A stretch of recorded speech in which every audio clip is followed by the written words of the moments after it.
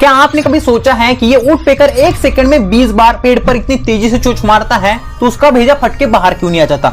नहीं सोचा तो कोई बात नहीं, चलो मैं बताता हूँ। क्योंकि इतनी तेजी से चोंच मारने पर ऊंट पेकर पर 1400 से ज्यादा का ग्रेविटेशनल फोर्स लगता है और ये फोर्स इतना ज्यादा होता है जिससे कोई भी इंसान फ्रैक्शन ऑफ सेकंड में मारा जा सकता है। लेकिन ये ऊंट पेकर 1400 तक का जी फोर्स इस वजह से हैंडल कर पाता है क्योंकि उसके दिमाग और सिर के हड्डी के बीच में एक फोम जैसा मटेरियल होता है जो तकिए के जैसा काम करता है और सारा फोर्स एब्जॉर्ब करके दिमाग को फटने से बचा लेता है। वैसे सब्सक्राइब कर देना ऐसे ही अमेजिंग वीडियोस के लिए।